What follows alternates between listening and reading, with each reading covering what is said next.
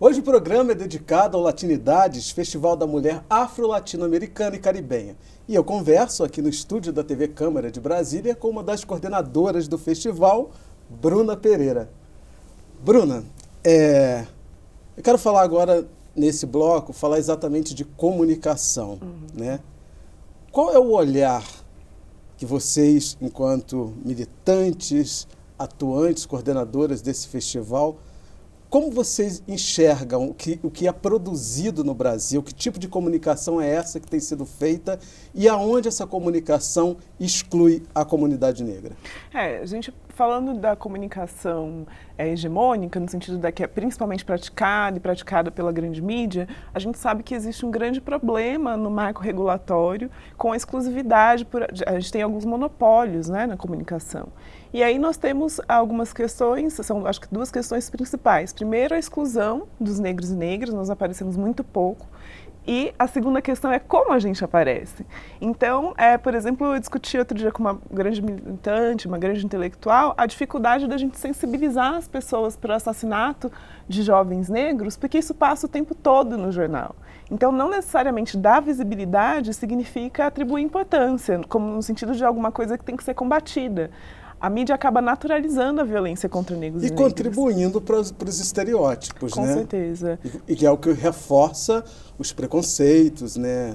Todas as discriminações. Com certeza. Por exemplo, a gente tem, se a gente pegar, né, a tradição brasileira com as novelas e como os negros e negras são retratados nas novelas, a gente tem trabalhos excelentes sobre isso. Mulher negra como empregada doméstica. A negação do Brasil, né, de Joelzito Araújo, é o retrato disso que a gente está falando. Né? Exatamente. Ou a gente teve a própria Elza Soares falando, não quis ser atriz porque eu não queria ficar no tronco apanhando. Então, a gente tem ainda uma concentração dos negros e negras, ou não aparecem, ou aparecem nesses papéis estereotipados que reforçam o preconceito na sociedade, né? É uma expressão do racismo e reforça o racismo dentro da sociedade. Ou o próprio uso do cabelo, ou o próprio negros e negras que não aparecem em cargos, em lugares de decisão, em tomada de decisão e de poder. Então, a gente tem uma discussão que tem que ser levada à frente. Primeiro, o papel da mídia na reprodução do racismo. E o segundo é essa ausência dos negros e negras em muitos dos espaços na mídia.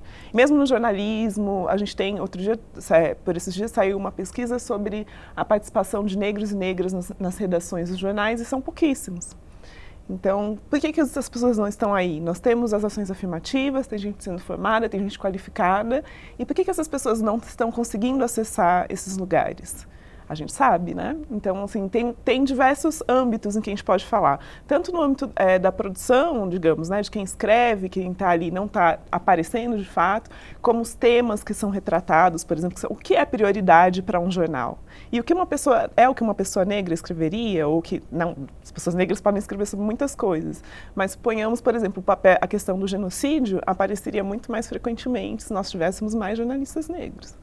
Porque, por exemplo, que um assassinato em massa na Europa sensibiliza tanta gente, e o genocídio da juventude negra no Brasil, que é um número absurdo, né, não causa comoção na sociedade. Exatamente. Essa é uma pergunta que eu faço assim o tempo todo. Por quê?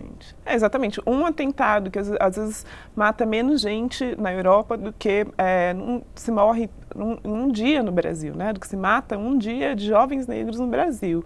E a gente dá muito mais atenção, a gente como sociedade e como mídia, dá muito mais atenção para alguma coisa que acontece na Europa. Longe de mim dizer que isso não é importante. Claro, obviamente isso é muito importante. Mas, assim, então por que a gente não está se sensibilizando com o homicídio de jovens negros, por exemplo, no Brasil? Luciana Barreto, né, âncora do Repórter Brasil, da TV Brasil, ela me disse uma coisa que eu não esqueço.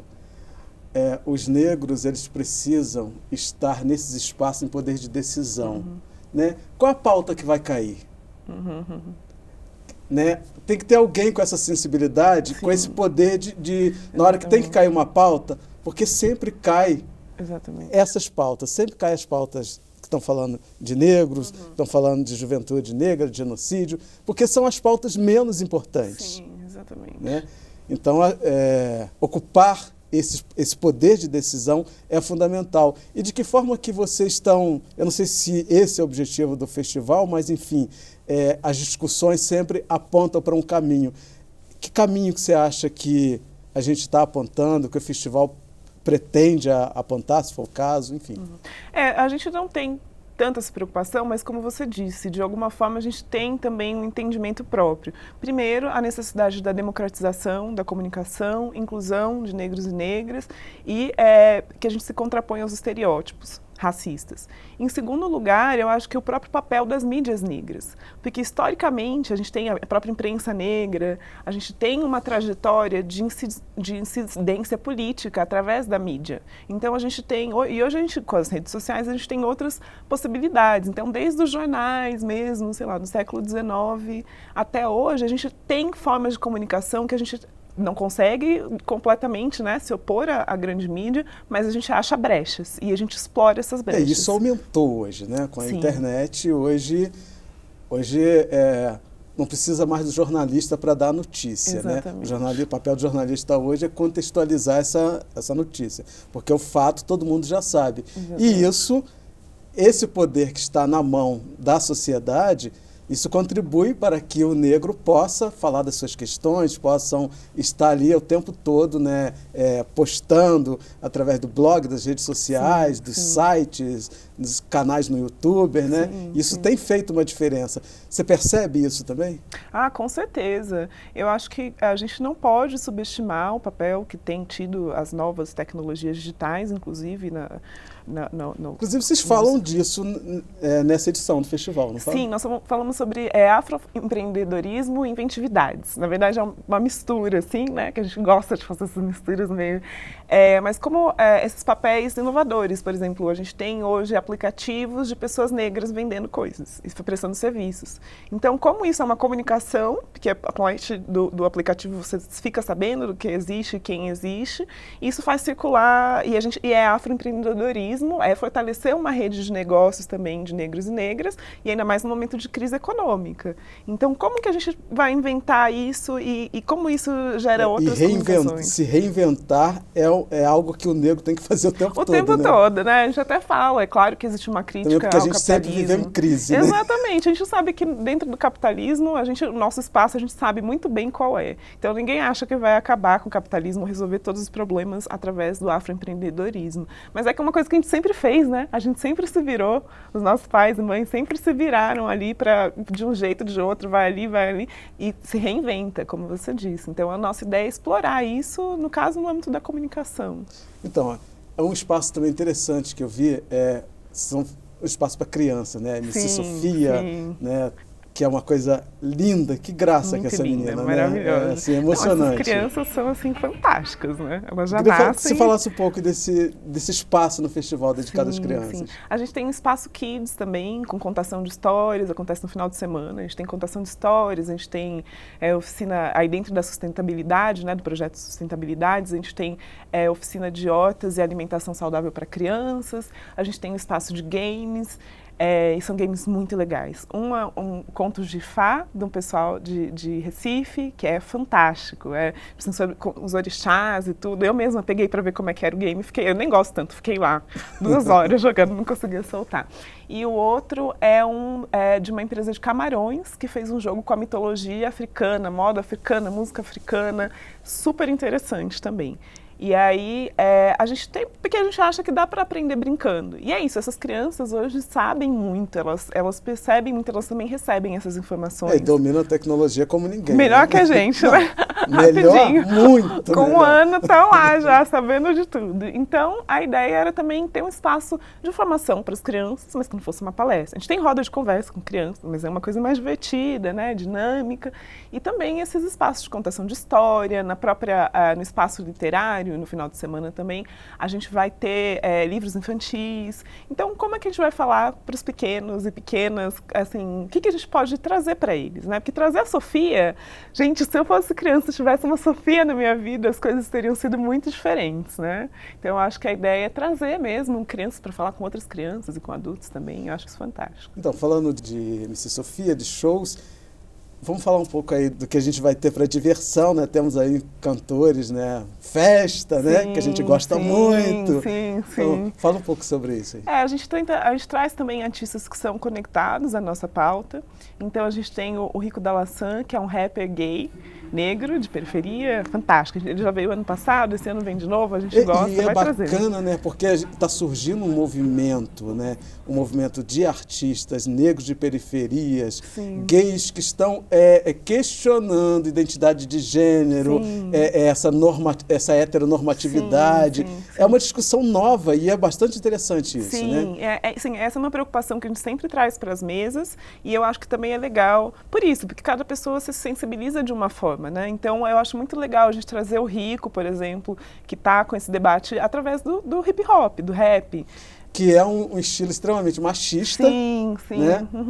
Homofóbico. Sim, exatamente. E ele é isso, é um cara de periferia, não é um discurso colonizador, né, que vem, você tem que ser assim, você tem que ser assado. Ele é uma pessoa falando dele, né, e falando para um público mais amplo. Eu acho ele um cantor fantástico e eu acho que é isso, a gente traz inovação nesse sentido. Não que isso não existisse antes, né, eu acho que sempre existe, mas assim, ele que ganhou visibilidade e eu acho muito interessante. É porque colocou a cara assumindo isso. Exatamente, né? Exatamente. Resolveu cantar sobre isso, resolveu fazer sobre isso e conseguiu espaço, porque às vezes, em outros momentos, não sei, né, tem toda uma contingência aí que agora deu certo e eu acho que a gente tem que fortalecer mesmo. Nossa ideia é fortalecer. Nós temos também, temos outras atrações também. Temos, além da Sofia, tem na festa a gente tem a MC Carol, e a gente MC tem Carol fantástica, maravilhosa. Fantástica com a música agora, tem uma música nova, muito legal. A Tati Quebra Barraco,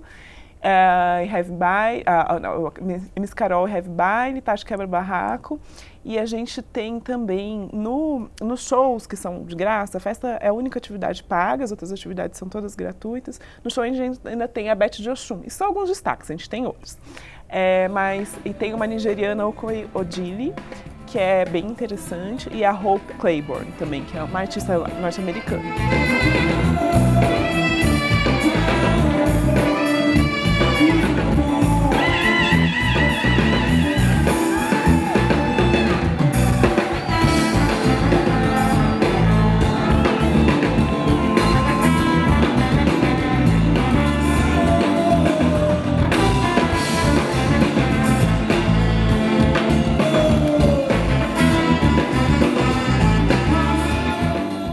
Então, assim, tem uma diversidade de coisas. A Beth de Oxum também já veio ano passado, esse ano ela é a nossa homenageada. Ou seja, tem para todos os gostos, todas as discussões pertinentes à questão da mulher. E é mais amplo do que isso, né? Porque perpassa a questão da mulher. Sim. Olha, estão de parabéns, eu quero te agradecer. Eu que agradeço. Muito obrigado por ter vindo, obrigado pelo trabalho que vocês desenvolvem, que é extremamente importante, relevante e necessário. Muito obrigada, Ricardo.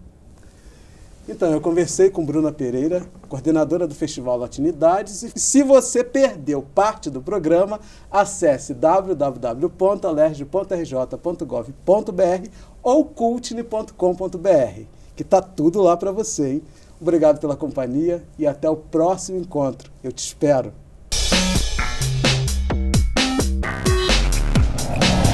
E aí, qual é a sensação de estar fazendo um show num evento como esse, Latinidades, que é um evento de empoderamento das mulheres negras?